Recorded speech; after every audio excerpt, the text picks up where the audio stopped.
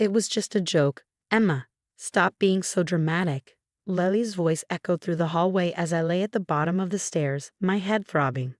My name is Emma Mitchell, and at 16, I had just experienced my sister's latest prank, one that would change everything. I could barely focus on my surroundings, the world spinning as Mom rushed in. What happened? She demanded, looking between me and my 18-year-old sister. She tripped, Lily said quickly, her perfect cheerleader smile in place. You know how clumsy she is. But I hadn't tripped. Lily had pushed me just like she'd been doing for years, small shoves, trips, accidental bumps that always seemed to happen when no one was watching. This time, though, was different. This time, I couldn't just shake it off. My head. I mumbled, trying to sit up. The room tilted dangerously, and I felt bile rising in my throat. I think I need a doctor. Mom's face tightened. Don't be dramatic, Emma. If Lily says you tripped, you tripped. Besides, your father has an important dinner tonight with his partners. We can't have any disruptions. That was always the response. Don't make waves. Don't cause problems. Don't embarrass the family. Lily was the star, the perfect daughter who could do no wrong. Captain of the cheerleading squad, straight A student, Dad's pride and joy. I was just Emma, the quiet one, the problem. But as I tried to stand, my legs gave out. The last thing I heard was Lily's annoyed sigh before everything went black. I woke up in the emergency room, the harsh fluorescent lights making my head pound even more. Mom sat beside me, typing frantically on her phone while Dad paced, clearly annoyed about missing his dinner. She's always doing this, he muttered, always finding ways to draw attention. The doctor walked in, his expression serious. We need to run some tests, he said, looking at my parents. Her symptoms are concerning. Tests? Mom's head snapped up. Is that really necessary? She just had a little fall. The doctor, Dr. Stevens, according to his name tag, frowned. A fall that resulted in loss of consciousness is never little, Mrs. Mitchell. We need to run an MRI to check for bleeding or swelling. No, Dad stepped forward. We have excellent private doctors. We'll have them look at her tomorrow. But Dr. Stevens stood his ground. This isn't optional. As Emma's treating physician, I'm ordering these tests now.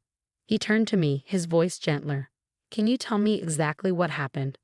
I opened my mouth, then caught Mom's warning glare. The familiar pressure closed in. Protect the family, keep quiet, don't make waves. I tripped, I whispered, hating myself for the lie. Dr. Stevens didn't look convinced. Any dizziness before the fall? Has this happened before? Before I could answer, Lily burst into the room, still in her cheerleading uniform. Oh my God, Emma, I was so worried. She rushed to my bedside, grabbing my hand with perfectly manicured fingers, the same fingers that had pushed me hours earlier. When you fell, I was so scared. The doctor watched this performance with narrowed eyes. You saw the fall. Of course. Lily's voice dripped with concern. She was walking upstairs, totally lost in her own world like usual, and just slipped. I tried to catch her, but it happened so fast. I felt sick, and not just from the concussion. This was Lily's specialty, twisting everything to make herself look like the caring sister while making me seem incompetent. The MRI will tell us more, Dr. Stevens said firmly, making notes in my chart. I'll send someone to take you to radiology shortly. After he left, Dad turned to me, his face stern. Emma, this is ridiculous. Do you know how much this is going to cost? And for what? A little bump on the head. I'm sorry, I whispered, the words automatic after years of apologizing for existing. You should be, Lily snapped, dropping the caring sister act now that the doctor was gone. Dad's missing an important dinner because of your attention-seeking. Mom stood up, smoothing her designer dress. When we get home, we're going to have a serious discussion about your behavior, Emma. This constant disruption of our family has to stop. I closed my eyes, letting their words wash over me, but something felt different this time. Maybe it was the pounding in my head, or maybe it was years of suppressed anger finally reaching its limit. When the nurse came to take me to radiology, my family stayed behind, probably already crafting the story they'd tell everyone about my latest dramatic episode. But as I lay in the MRI machine, listening to its rhythmic humming, I made a decision. Whatever these results showed, I wouldn't stay quiet this time. I had no idea that the images being taken would crack open years of carefully maintained family secrets, or that Dr. Stevens' next words would change everything. Sometimes the truth speaks loudest through medical evidence, and my brain was about to tell a story my family couldn't silence. The MRI results came back faster than expected. I was sitting up in the hospital bed, trying to ignore my throbbing head while Mom texted furiously and Dad complained about his missed dinner. Lily had gone to the cafeteria, probably to craft her social media post about being such a devoted sister. Dr. Stevens walked in, holding my scans. But he wasn't alone. A woman in a crisp suit followed him, her expression serious. "Mr. and Mrs. Mitchell," Dr. Stevens said, his tone clipped. "This is Ms. Torres from Child Protective Services." The atmosphere in the room shifted instantly. Mom's phone dropped to her lap, and Dad stopped pacing. "CPS?" Mom stood up, smoothing her dress nervously. "Surely that's not necessary. Emma had a minor fall." Dr. Stevens placed the scans on the light board. "Minor?" His voice was controlled but tight. "These images show not just today's injury, but evidence of multiple previous head traumas. Some appear quite recent, others older." I felt the blood drain from my face. The headaches I'd had for months, the dizzy spells I'd been told to stop exaggerating. They'd all left their marks. "That's ridiculous," Dad blustered. "Emma's just clumsy. Always has been." Miss Torres stepped forward. "Emma, would you feel comfortable speaking with me privately?" Before I could answer, Lily burst back into the room. "What's going on?" She took in the scene, her actress's instincts kicking in. "Oh my God, is Emma okay? I'm so worried about my little sister." "Miss Mitchell," Dr. Stevens addressed Lily directly, "you said you witnessed today's fall." "Yes," Lily nodded eagerly. "She tripped, like always. I tried to catch her, but—" "That's interesting," Ms. Torres interrupted, "because the hospital security footage shows something quite different." The silence in the room was deafening. "Security footage," Mom whispered. Dr. Stevens clicked a button, and a small screen in the corner flickered to life. There it was, in stark black and white. Lily following me up the stairs, her hand reaching out, the deliberate push. No accident. No tripping. Just malice. "No," Lily's perfect composure cracked. "That's not, you can't." "We have more," Miss Torres said quietly. "The school provided their security footage after our call. 2 months ago by the gymnasium, 3 weeks ago in the parking lot. Pattern behavior, Miss Mitchell." I watched as my family's carefully constructed facade began to crumble. Mom's hands trembled as she gripped her designer purse. Dad's face had gone ashen. And Lily, perfect golden Lily, looked like a stranger, her beautiful features twisted in fury. "She deserved it," Lily suddenly screamed, making everyone jump. "Little Miss Perfect grades, always making me look bad. Do you know how hard it is competing with her? Mom and Dad might not see it, but I do. She thinks she's better than me." "Lily, be quiet," Mom hissed, but it was too late. Better grades, better at art, better at everything. But I fixed it, didn't I? Every time she had a big test coming up, every time she had an art show or a music recital, just a little accident to throw her off. "Can't outshine me if you can't think straight, can you, Emma?" Her words hit me like physical blows. All those times I'd mysteriously gotten sick before important events, the headaches that made me miss tests, the dizzy spells that kept me from performing, they hadn't been coincidences. "Miss Mitchell," Miss Torres's voice cut through Lily's rant, "you're admitting to deliberately causing harm to your sister." "No, she's not," Dad stepped in. "She's just upset. This is a family matter. We'll handle it internally." "Not anymore," Dr. Stevens said firmly. "These injuries could have killed her. One more hit in the wrong place." He shook his head. "This stops today." I looked at my family, really looked at them. Mom, still trying to minimize the situation. Dad, calculating the damage to his reputation. And Lily, my sister, who'd been systematically hurting me for years while they looked the other way. "Emma," Miss Torres said gently, "would you like to tell us your side now?" For the first time in years, I felt strength flowing into my voice.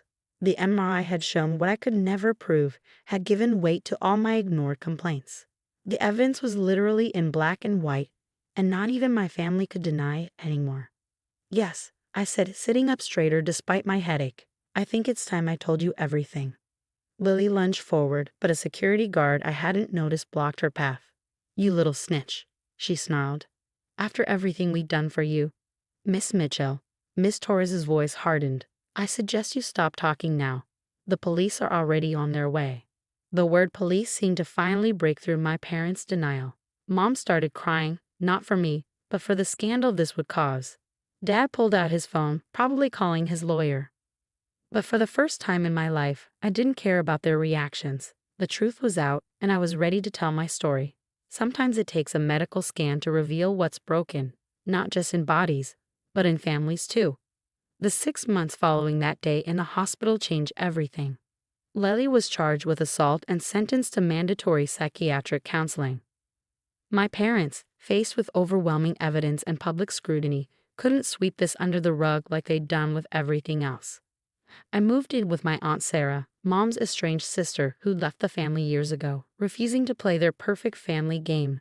She lived just outside the city, in a cozy house filled with art and music, everything my parents had dismissed as impractical. Your room is ready, she'd said the day I arrived, leading me to a space painted in soft blues and greens. And Emma, here, you can be yourself. The neurologist I now saw regularly confirmed what Dr. Stevens had suspected. Years of accidents had left their mark. The headaches and dizzy spells would take time to resolve. But for the first time, I was getting real medical care instead of being told to stop exaggerating. My parents tried to maintain control through their lawyers, but Aunt Sarah fought back fiercely.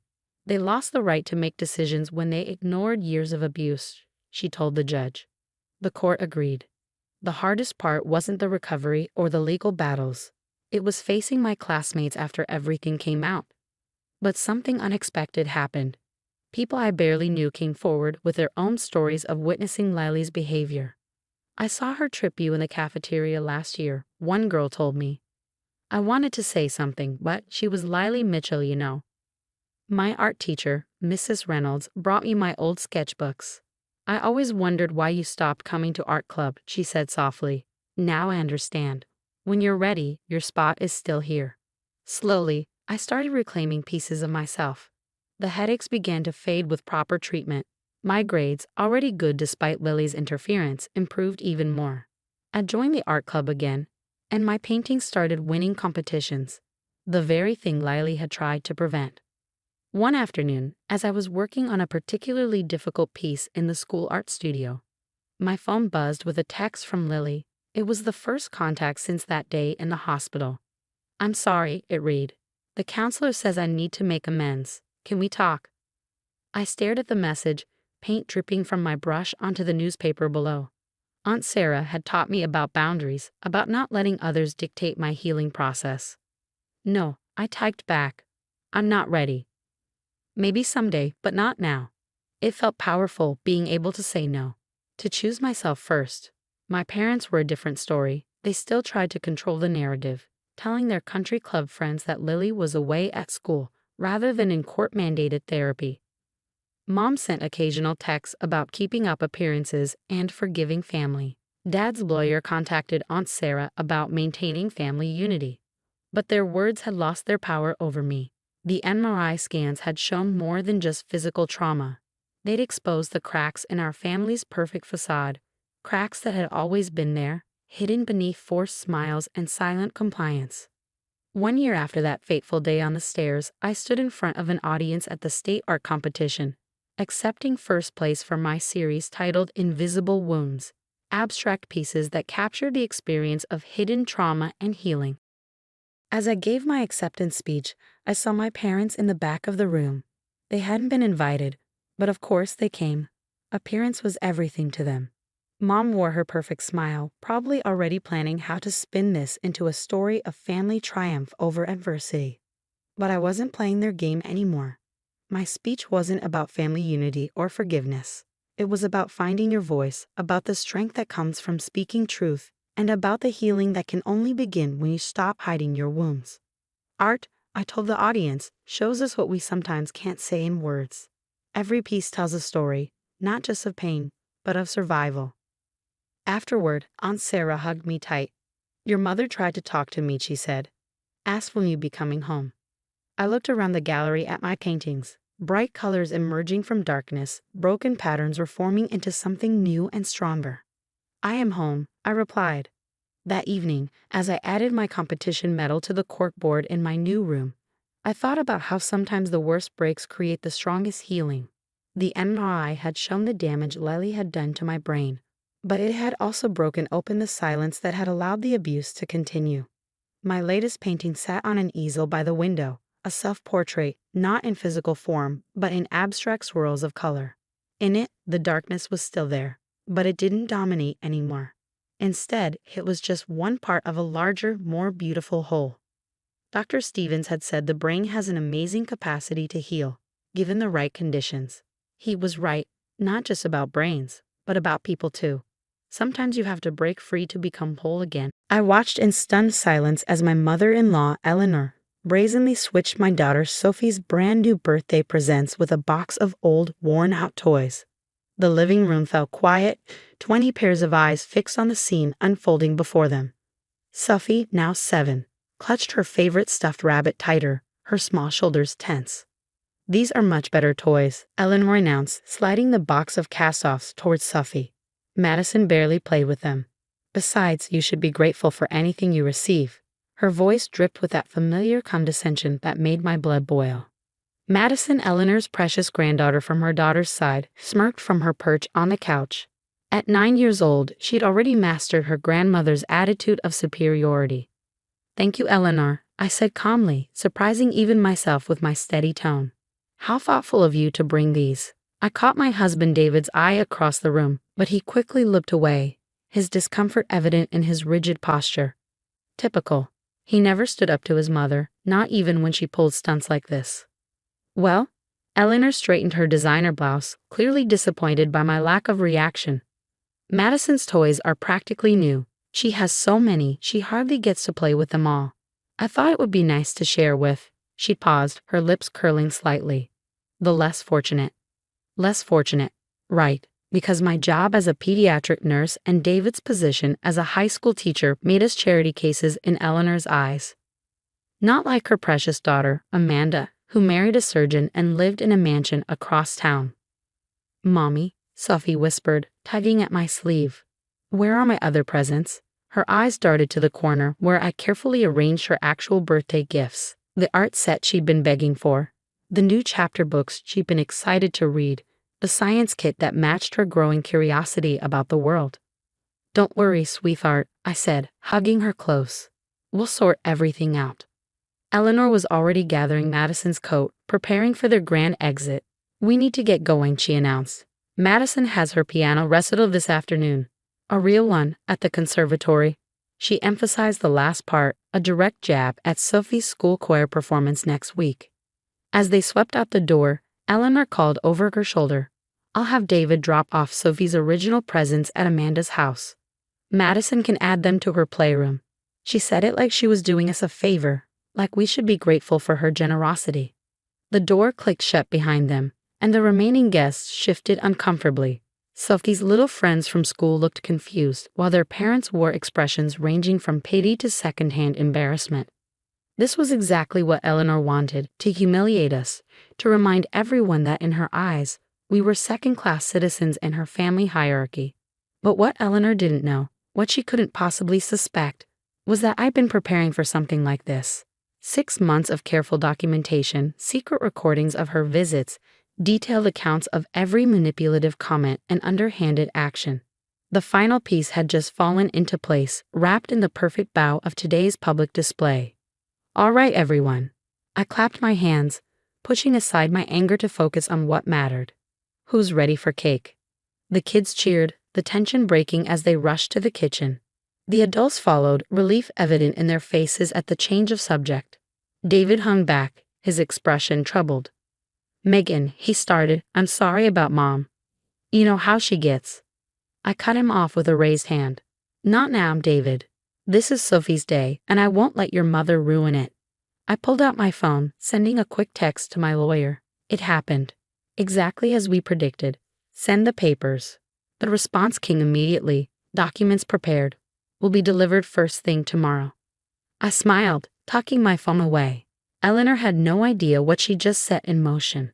She thought she was teaching us a lesson about our place in her world. Instead, she'd just given me the final piece of evidence I needed. Later that night, after the party wound down and Sophie was asleep upstairs, surrounded by the cards and small gifts her friends had brought, I sat at my desk reviewing the video footage. Our nanny cam had captured everything perfectly. Eleanor's calculated cruelty, her deliberate humiliation of a 7-year-old child, all in crystal clear HD. I added it to the file, along with the photos I'd taken of the switched toys and the witness statements I collected after Eleanor left. 6 months of similar incidents, all meticulously documented, were about to come to fruition. "What are you doing?" David asked from the doorway, his voice tired. I looked up at my husband, the man who'd stood by silently for years as his mother tormented his own daughter. "I'm protecting our child," I said simply, "since you won't." He flinched but didn't argue. He knew I was right. "Tomorrow's going to be interesting," I added, closing my laptop. "You might want to prepare yourself." "What does that mean?" he asked, worry creeping into his tone. I stood up, gathering my files. "It means your mother finally went too far, and unlike you, I'm not afraid to stand up to her." As I got ready for bed that night, I couldn't help but smile, thinking about the certified letter that would arrive at Eleanor's house tomorrow morning. She thought she was untouchable, that her money and social status made her immune to consequences. She was about to learn otherwise. Sophie deserved better than to grow up feeling less than. And if her father wouldn't protect her from Eleanor's toxic behavior, I would. Sometimes the best revenge isn't immediate and dramatic. It's careful, calculated, and completely by the book. Tomorrow, Eleanor would learn exactly what kind of mistake she'd made in underestimating me. Eleanor's shrill voice pierced through my phone speaker at 9:47 a.m., exactly when I expected her call. "How dare you?" she screeched. "Cease and desist. Threats of legal action.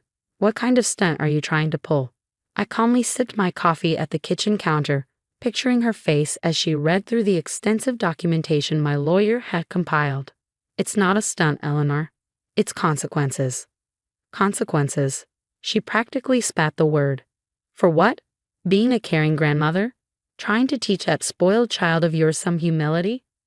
"No," I replied evenly. "For years of documented psychological abuse, deliberate sabotage of a minor's emotional well-being, and most recently, theft of personal property." "Theft." Her voice rose another octave. "Those presents were garbage compared to what I offered. Those presents weren't yours to take. And we have 20 witnesses, plus video evidence of you explicitly stating your intention to give them to Madison." There was a pause on the other end of the line. When Eleanor spoke again, her voice had shifted to the syrupy sweet tone she used when trying to manipulate situations.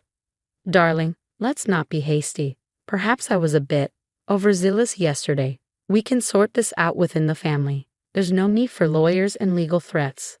Actually, there is. I opened my laptop, pulling up the folder I'd labeled Eleanor's greatest hits. "Would you like me to remind you of the Christmas incident? When you told everyone Sophie's presents had been donated to charity because she'd been ungrateful, only to have them appear under Madison's tree? Or last Easter, when you deliberately excluded her from the family photos, telling her she didn't match the aesthetic?" "You're twisting everything," Eleanor protested. "David, tell her she's being ridiculous." I hadn't even noticed my husband enter the kitchen. He stood in the doorway, his face pale as he listened to his mother's voice on speakerphone. "Mom," he said quietly, "I've seen the evidence. All of it. The videos, the photos, the witness statements. This has to stop." "I'm taking my daughter's side," he replied, his voice growing stronger. Finally. I felt a surge of pride. Maybe there was hope for him after all. "The terms are simple." I continued, my tone professional. "You will return every gift you took yesterday. You will cease all attempts to belittle, exclude, or emotionally manipulate Sophie. You will treat her with the same respect you show Madison, or you will not be permitted to see her at all. You can't keep my granddaughter from me." Eleanor snapped. "I have rights." "Actually, you don't," I corrected her. "I've consulted with 3 family law attorneys. Your behavior constitutes harassment and emotional abuse of a minor. We have more than enough evidence to obtain a restraining order if necessary." "And what about Amanda and Madison? You deprive them of their cousin and aunt." "That's entirely up to them. I replied. They're welcome to maintain a relationship with Sophie, provided they respect our boundaries. But if they choose to participate in your behavior, they'll face the same consequences. David, Eleanor gasped. You're taking her side? Against your own mother? I'm taking my daughter's side, he replied, his voice growing stronger. Finally, I felt a surge of pride. Maybe there was hope for him after all. The terms are simple. I continued, my tone professional. You will return every gift you took yesterday. You will cease all attempts to belittle, exclude, or emotionally manipulate Sophie. You will treat her with the same respect you show Madison, or you will not be permitted to see her at all.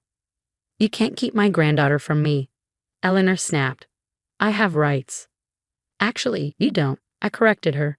I've consulted with 3 family law attorneys. Your behavior constitutes harassment and emotional abuse of a minor. We have more than enough evidence to obtain a restraining order if necessary. And what about Amanda and Madison? You deprive them of their cousin and aunt. That's entirely up to them, I replied. They're welcome to maintain a relationship with Sophie, provided they respect our boundaries. But if they choose to participate in your behavior, they'll face the same consequences. Eleanor's breathing was heavy on the other end of the line. I could practically hear her mind racing, trying to find a way to regain control of the situation. I'll fight this, she threatened. I'll tell everyone what an ungrateful, manipulative daughter-in-law you are. Go ahead, I said calmly. I'm sure the country club would love to see the video of you stealing presents from a 7-year-old. I bet your church group would be fascinated by the recording of you telling Sophie she doesn't deserve to be in the family photos. Should I start sending out the evidence now? Another pause, longer this time. What exactly do you want? Eleanor finally asked, her voice tight with suppressed rage. I told you, return the presents, treat Sophie with respect, or stay away. You have until 5 p.m. today to decide and return what you took. After that, my lawyer files the paperwork for a restraining order. I ended the call before she could respond, letting out a long breath. David walked over and placed a hand on my shoulder. I'm sorry, he said softly. I should have stood up to her years ago. Yes, you should have, I agreed. But you're standing up now, and that's what matters. He nodded, squeezing my shoulder gently. Sophie deserves better. We both knew it, but I was too afraid to admit it. Afraid of what? Losing my mother's approval, her financial support, the family connections. He laughed bitterly. It all seems so stupid now, watching that video of Sophie's face when Mom took her presents. Before I could respond, my phone buzzed with a text from Amanda, Eleanor's daughter. Mom's having a meltdown, says you're trying to destroy the family. What's really going on? I forwarded her the video from yesterday's party, along with a few choice clips from previous incidents. This is what's going on. Your mother's behavior stops now, or she loses access to Sophie. Your choice whether you want to be part of the problem or part of the solution. The typing bubbles appeared and disappeared several times before Amanda finally replied. I had no idea it was this bad. I'll talk to Mom. The presents will be returned today. I showed the message to David, who let out a relieved sigh. Maybe there's hope for this family after all. Maybe, I agreed, but from now on, we protect Sophie first. No more letting things slide for the sake of family harmony. He nodded firmly. No more. Upstairs, I could hear Sophie starting to wake up, her small feet padding across the floor. Despite everything, she was still just a bright, loving 7-year-old who deserved to feel secure and valued in her own family. Eleanor had until 5 p.m. to make her choice. Somehow, I had a feeling she wouldn't like any of her options. At 4:58 p.m., a sleek black SUV pulled into our driveway. Amanda stepped out, carrying 2 large bags filled with Sophie's original birthday presents. Her face was drawn, and for the first time since I'd known her, she looked uncomfortable in her designer outfit. Everything's here, she said, handing me the bags. I made sure Mom didn't keep anything. She hesitated, then added, I had no idea how bad things had gotten. Looking back now, I can see the pattern. I nodded, accepting both the presents and the implicit apology. And Eleanor? Amanda's expression tightened. She's adjusting. The family lawyer explained the situation to her. She knows you have enough evidence to make things very uncomfortable for her socially. And Madison. She's learning some hard lessons about kindness and consequences. Amanda managed a small smile. I've enrolled her in therapy. Turns out Mom's behavior affected her too, just in different ways. Inside, Sophie was doing homework at the kitchen table. She looked up as we entered, her eyes widening at the sight of her original presents. "Are those mine again?" she asked cautiously. "Yes, sweetheart," I assured her. "And they're staying yours this time." Over the next few weeks, the family dynamics shifted dramatically. Eleanor, faced with the reality of her documented behavior and the threat of social exposure, chose to travel abroad for a while. In reality, she'd retreated to her beach house to lick her wounds. David stepped up in ways that surprised me. He started attending therapy himself, working through years of his mother's manipulation. Watching him rebuild his relationship with Sophie on healthier terms made all the careful planning worth it. 1 month after the birthday incident, we hosted a small family dinner. Amanda and Madison came without Eleanor. As we sat around the table, the atmosphere was different, more genuine, less performative. Madison, chastened by her mother's new awareness, actually played with Sophie after dinner.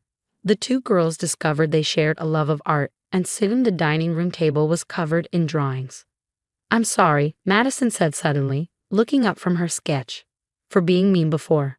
Grandma always said," well, she said a lot of things that weren't true. Sophie, her heart bigger than any adult's, simply smiled. "Want to use my new art set? The colors are really cool."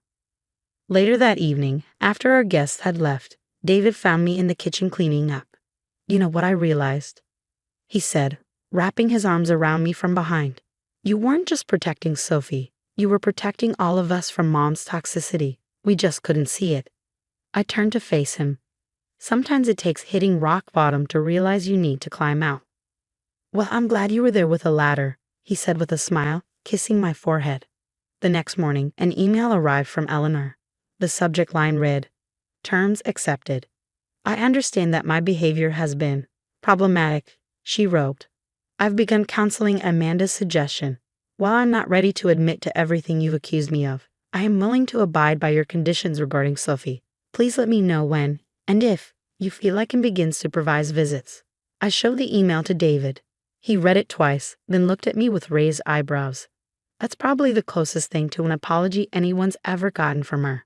"It's a start," I agreed. "A small one, but still."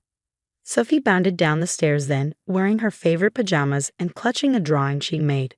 It showed our whole family, including Eleanor, Amanda, and Madison, all holding hands and smiling. "Do you think Grandma Eleanor will like it?" she asked hopefully. "When she comes back." I hugged her close, marveling at her capacity for forgiveness. "I think she'll love it, sweetheart. And when she's ready to see it, we'll be ready too, on our terms."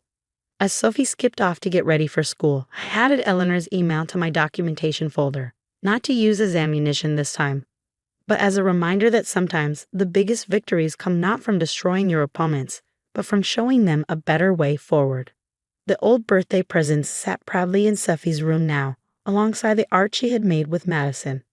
They were more than just toys. They were symbols of a battle fought and won, not through anger or revenge, but through careful preparation and unwavering boundaries.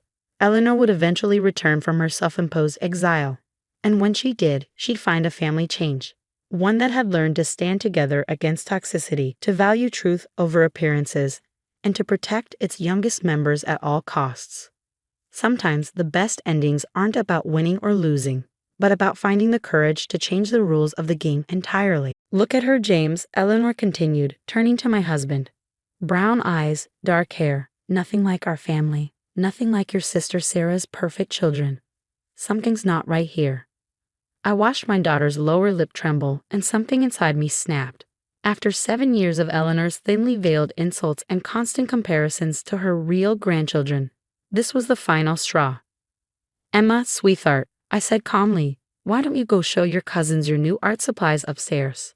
As soon as she left the room, I turned to face Eleanor, maintaining the composed smile that had become my armor over the years. "You're right, Eleanor. Something isn't right here. In fact, I've been gathering evidence about exactly what isn't right for months now."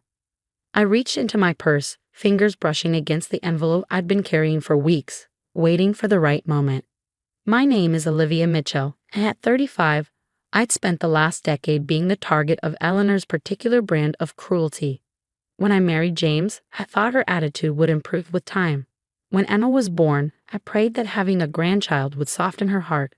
Instead, she only got worse, especially after her daughter Sarah had her own children, twins with blonde hair and blue eyes that Eleanor deemed proper Mitchell features. What are you talking about? Eleanor scoffed, adjusting her designer blouse with manicured fingers. Evidence of what? Mom, maybe we should just focus on Emma's birthday. James attempted to intervene, but I could see the familiar uncertainty in his eyes. He'd always struggled to stand up to his mother, even when she was clearly wrong. No, James, I said firmly. Your mother wants to talk about family resemblance and proper Mitchell features. Let's talk about it. I pulled out the envelope, my hands steady despite the adrenaline coursing through my veins. Eleanor's face paled slightly. Whatever nonsense you're about to spew.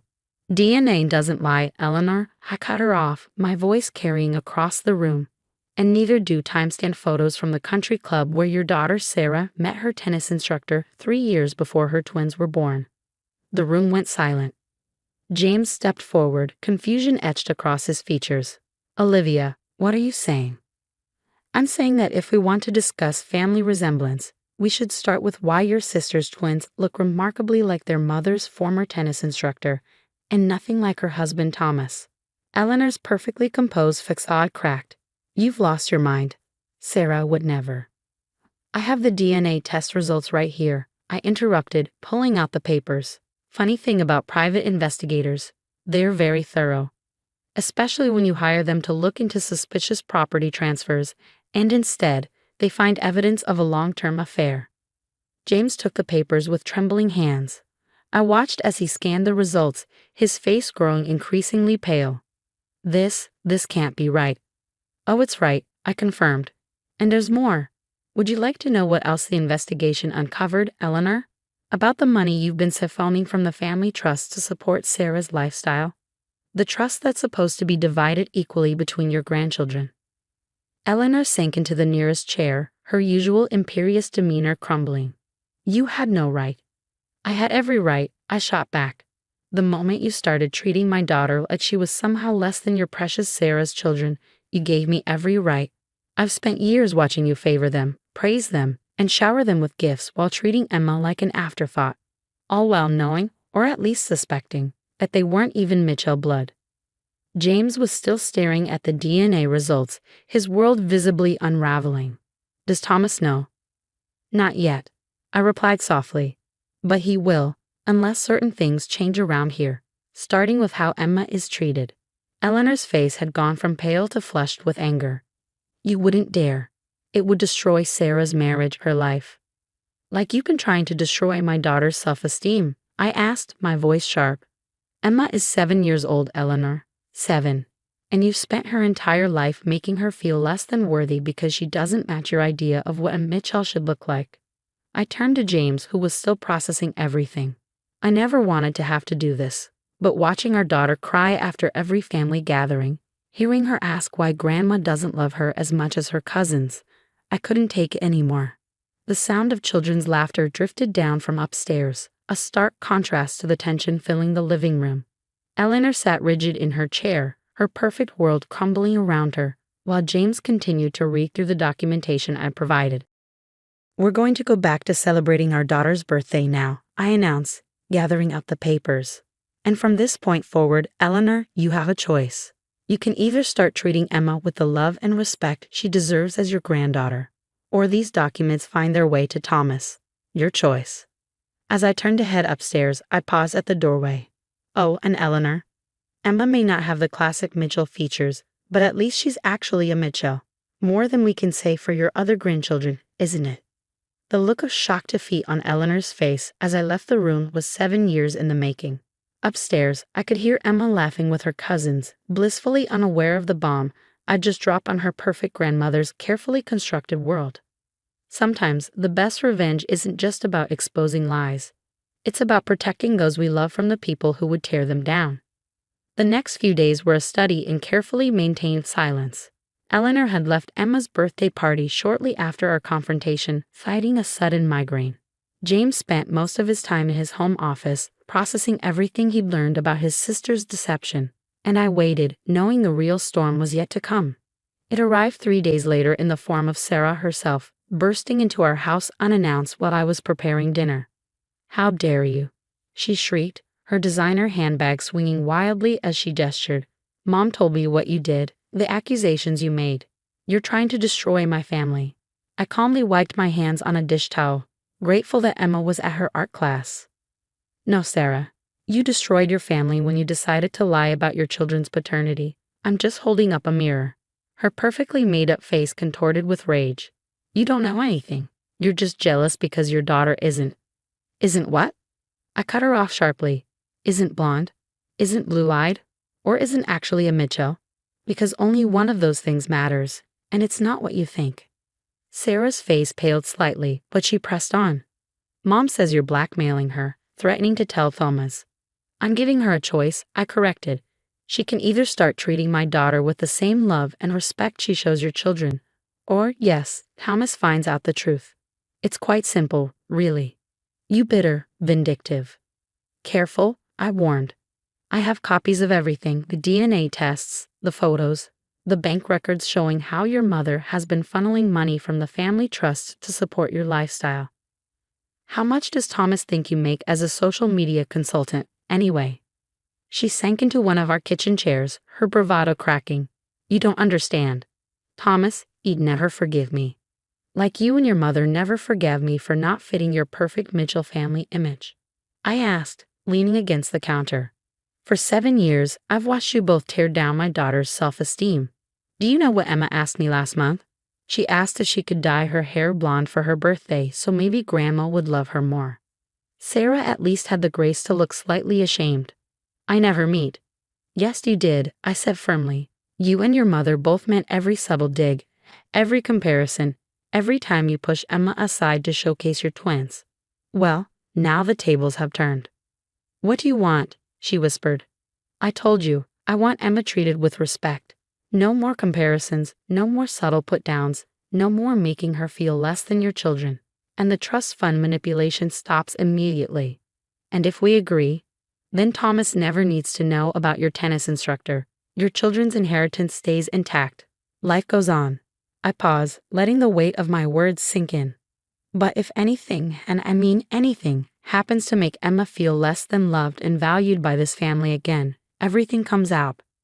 Sarah stood up, smoothing her expensive dress with trembling hands. "You've changed, Olivia. You used to be so passive." I smiled. "No, I was patient. There's a difference. I spent years documenting everything, building my case, making sure that when I finally stood up for Emma, it would stick. Mothers do that. Protect their children. You should understand that." As she turned to leave, I called after her. "Oh, and Sarah, you might want to have a conversation with your mother about the trust fund. Because if one more penny gets diverted from Emma's share to your accounts, Thomas won't be the only one getting an interesting packet of documents." After she left, I heard movement behind me. James stood in the doorway of the kitchen, his face a mix of emotions. "How long have you known?" he asked quietly. "About Sarah, the twins." "I suspected something was off about 2 years ago," I admitted. "The way your mother kept emphasizing their Mitchell features while dismissing Emma, it seemed excessive. Then I hired the investigator to look into the trust fund discrepancies, and he found much more than I expected." James ran a hand through his hair, a gesture I'd seen 1,000 times when he was stressed. I should have stood up to them sooner, should have protected Emma better. I softened slightly. "You can start now. Emma needs to know her father is in her corner, especially with everything that's about to change in the family." "What do you mean?" "Your mother won't take this lying down," I explained. "She'll try to find a way to regain control, and when she can't, she'll lash out. We need to be ready." He nodded slowly. "I keep thinking about all the times they made comments about Emma's appearance, and I just let it slide. God, I'm an idiot." "You're not an idiot," I said, moving to touch his arm gently. "You're someone who couldn't see his mother's manipulation for what it was. But now you know, and we can do better." The sound of the front door opening announced Emma's return from art class.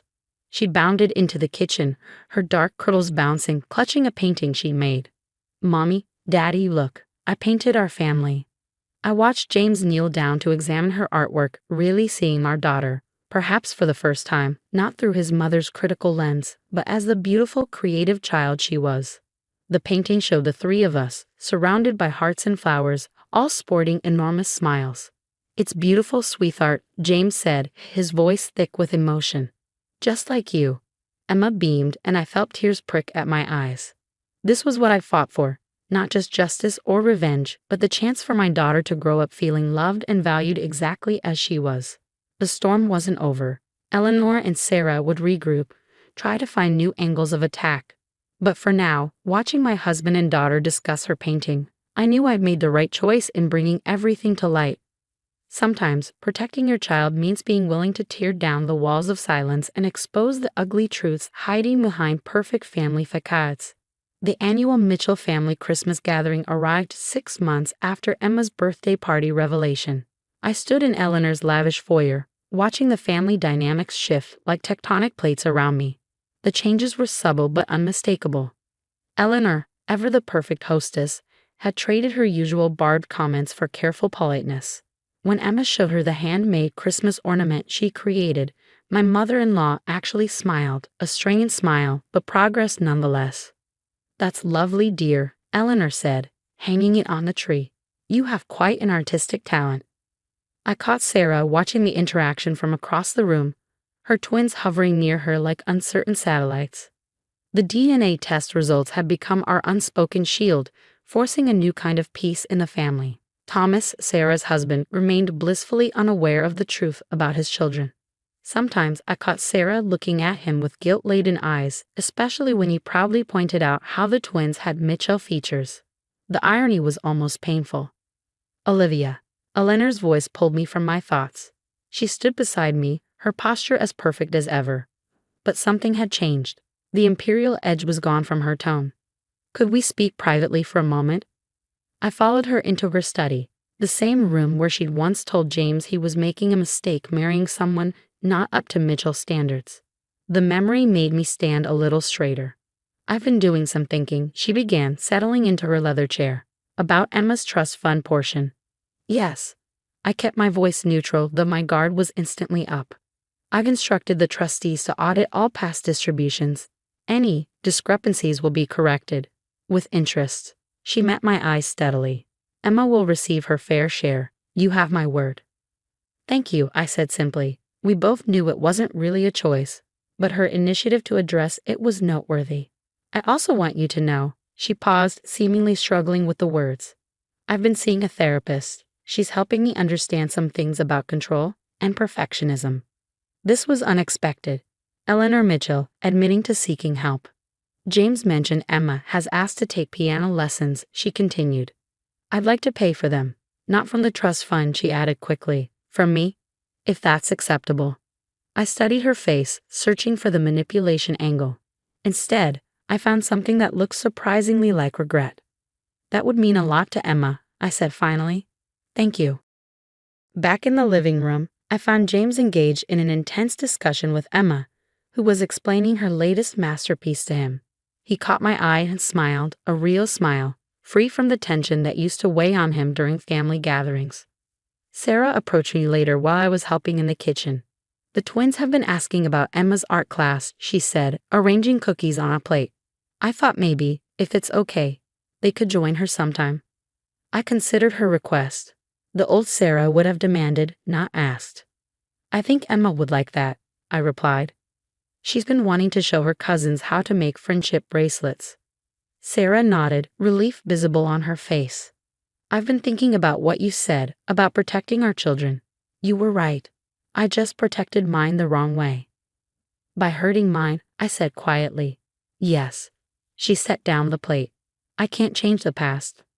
But I'd like to do better going forward. For all the kids."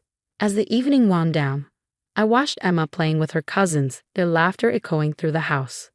The twins were teaching her a clapping game while she showed them her new art techniques. No competition, no comparisons, just children being children. Eleanor approached, holding a wrapped package. "For Emma," she said. "I found these old art books in the attic. They belonged to my mother. She was quite talented, actually. I thought Emma might like them." I accepted the peace offering for what it was. "She'll love them." "Thank you."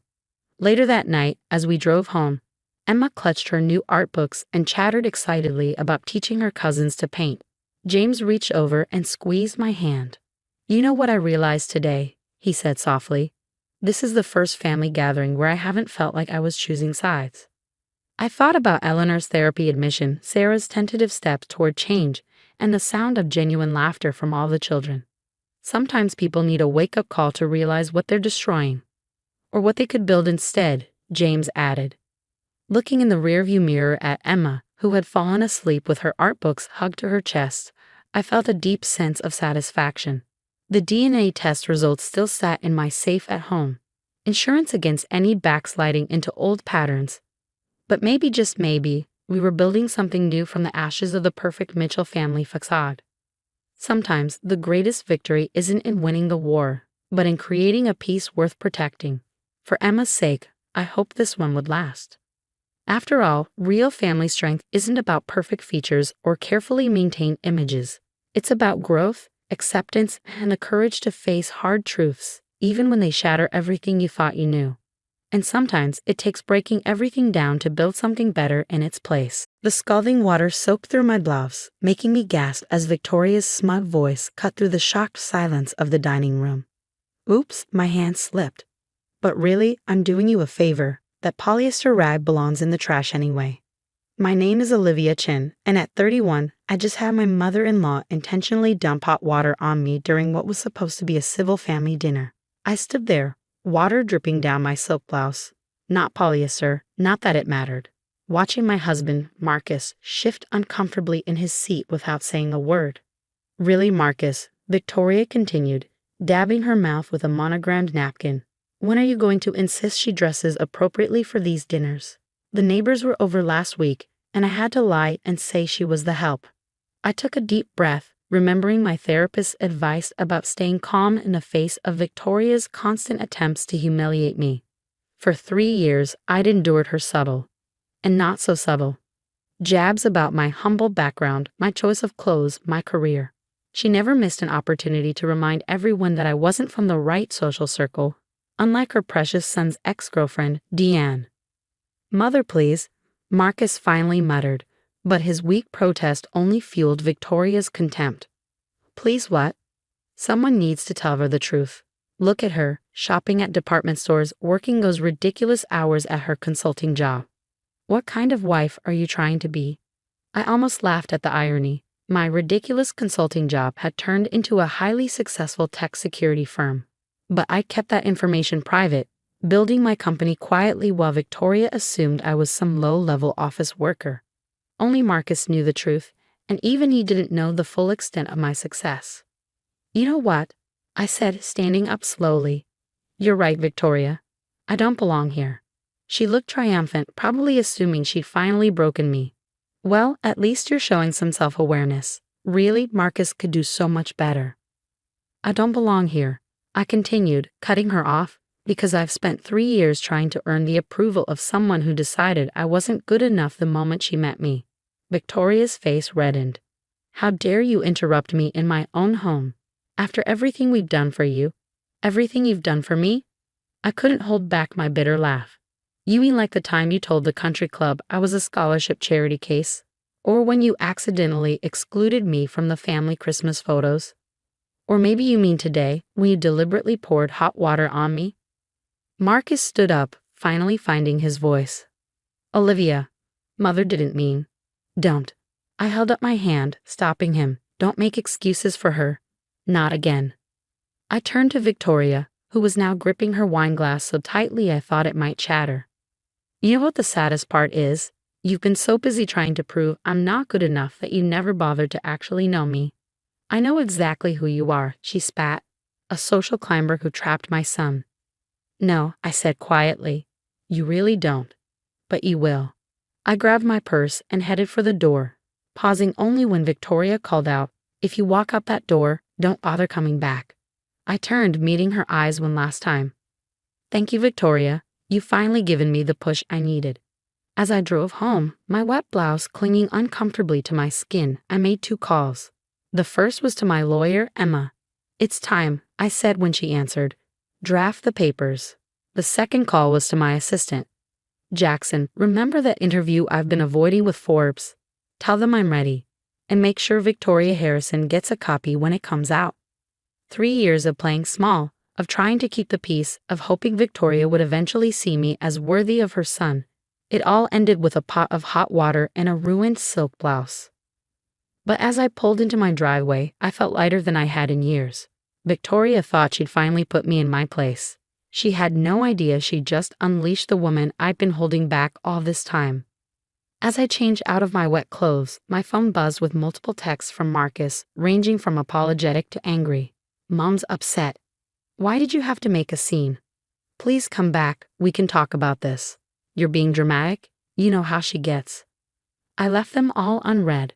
Tomorrow would be soon enough to deal with Marcus and his inability to stand up to his mother. Tonight, I had work to do. I opened my laptop and started typing an email to my board of directors. It was time to stop hiding my success. Time to show Victoria exactly who she'd been treating like a servant. The thought brought a smile to my face as I remembered the contract sitting in my pending folder. The one for acquiring the tech division of Harrison Industries, Victoria's family company. She thought she'd won tonight. In a few days, she'd realize this was just the beginning. The Forbes article dropped exactly 1 week after the hot water incident. I was in my office, reviewing acquisition paperwork when Jackson rushed in with a tablet. It's live, he announced, grinning. And your mother-in-law's assistant just confirmed she received her advance copy. I allowed myself a small smile as I glanced at the headline. Tech's Rising Queen. How Olivia Chen Built a $500 million Empire in Silence. The article was everything I'd avoided for years. A detailed profile of my journey from startup founder to industry leader, complete with photos of my sleek downtown headquarters and mentions of my company's numerous government contracts.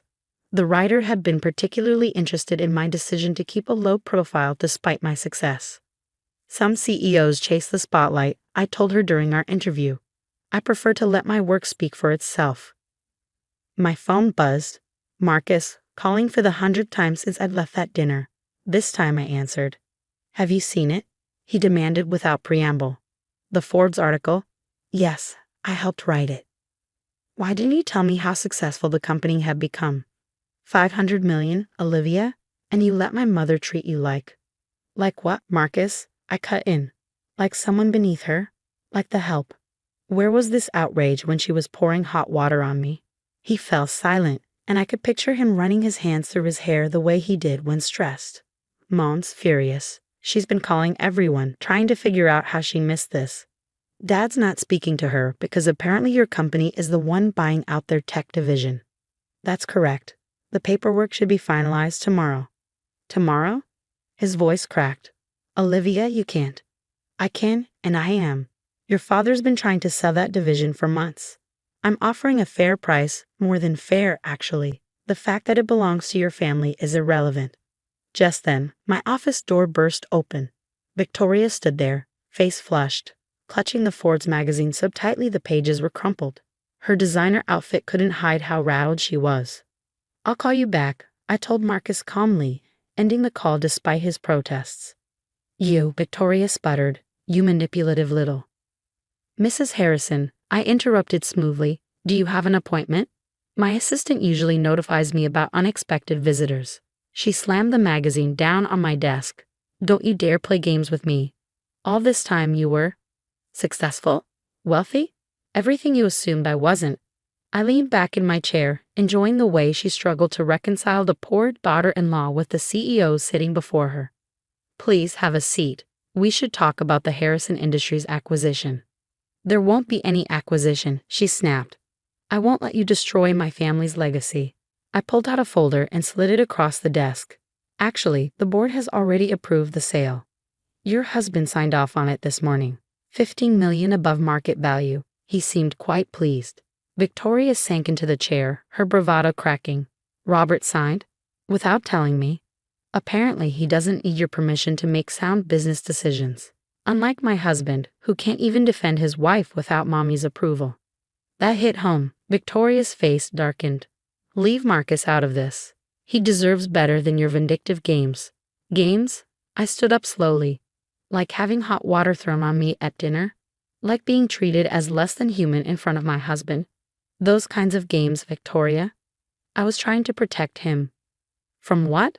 A woman who built a successful company from the ground up? Who loved your son enough to endure years of abuse from his mother? Please enlighten me. What exactly were you protecting him from? Victoria's lips trembled. For the first time, I saw fear in her eyes. Not just fear of losing control, but fear of having been catastrophically wrong. What do you want? She whispered. I sat back down, straightening a pen on my desk. Nothing. I already have everything I want. A successful company, respect in my industry, and the satisfaction of knowing you'll have to live with the knowledge of how wrong you were about me. And Marcus. I met her gaze steadily. That's up to him. He can either start standing up to you, or he can keep hiding behind his mother's skirts. Either way, I'm done pretending to be less than I am to make other people comfortable. Victoria stood on shaky legs, her usual poise deserting her. This isn't over. Actually, it is. Jackson will show you out. And Victoria? I called as she reached the door. Next time you want to ruin someone's clothes, make sure you know who you're dealing with first. After she left, I let out a long breath. 3 years of pent-up frustration released in one perfect moment. Jackson appeared in the doorway grinning. That was better than any revenge movie I've ever seen. Want me to send up some champagne? I shook my head, already reaching for my phone as it buzzed with another call from Marcus. Not yet. There's still one more conversation I need to have. The day wasn't over, but the hardest part was done. Victoria finally saw me clearly, and more importantly, I finally stopped hiding who I really was. Whatever came next, with Marcus, with the company, with my in-laws, I would face it as myself, not the meek daughter-in-law I pretended to be. Marcus showed up at my office that evening, looking like he'd aged 10 years in a single day. He stood in the doorway, loosening his tie with shaking hands. My father just sold our company's tech division to you, he said, his voice hollow. My mother is having a meltdown at home, and my wife is apparently one of the most successful CEOs in the city. Did I miss anything? I gestured to the chair across from my desk. Sit down, Marcus. We need to talk. He sank into the chair, staring at me like he was seeing me for the first time. Why didn't you tell me how big your company had become? I told you I was successful. You never asked for details. You were too busy trying to keep your mother happy. That's not fair, he protested weakly. Isn't it? Your mother threw hot water on me, Marcus. She physically assaulted me, and you sat there saying nothing. Just like you've said nothing for 3 years. He flinched. I thought if we just gave her time. Time to what? Realize I'm a human being worthy of basic respect? How much more time did you need? Marcus leaned forward, running his hands through his hair. I know I should have stood up to her. I know I failed you, but buying out my family's company, that's taking it too far. I pulled up a document on my computer and turned the screen toward him. Look at these numbers. Your father's been trying to sell that division for months.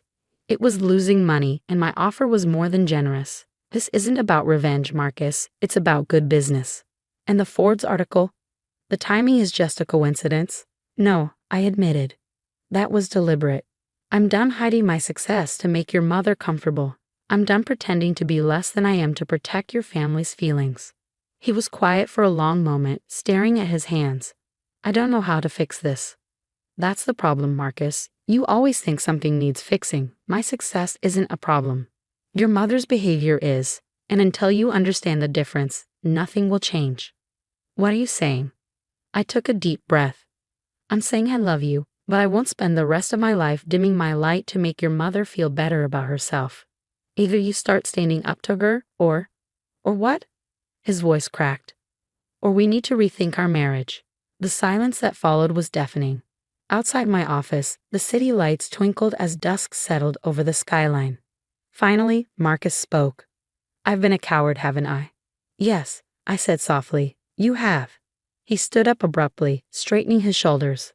I need to go talk to my mother. Really talk to her, for the first time in my life.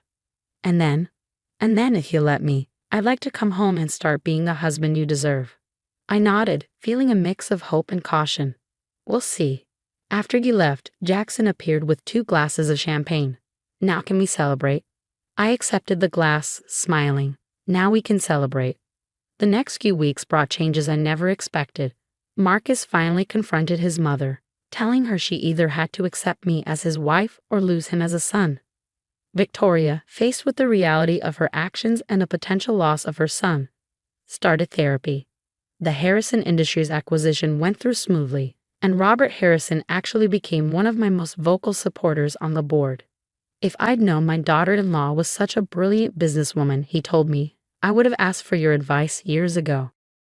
As for Marcus and me, we started couples counseling. Slowly, he learned to stand up for himself and for us. Our marriage grew stronger as he stopped trying to please everyone and started being honest about what he wanted. Victoria's transformation was the most surprising. After several therapy sessions, she asked to meet me for coffee. I was threatened by you, she admitted, staring into her cup. You reminded me of myself at your age, ambitious, independent. But I gave up my career when I married Robert because that's what was expected. Seeing you succeed, seeing you have everything, I gave up. I took my regrets out on you, and I'm truly sorry. It wasn't an instant fix. Trust takes time to rebuild, and old habits die hard. But 6 months after the hot water incident, we all sat down for another family dinner. This time, when Victoria spoke to me, it was to ask my advice about investing in a women's business mentorship program she wanted to start. As I drove home that night, Marcus reached over and squeezed my hand. Thank you, he said quietly. For what?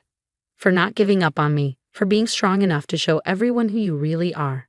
You didn't just change yourself that day, you changed our whole family. I smiled, thinking of the scared, insecure daughter-in-law I used to be. She wasn't gone. She was just part of a bigger story now.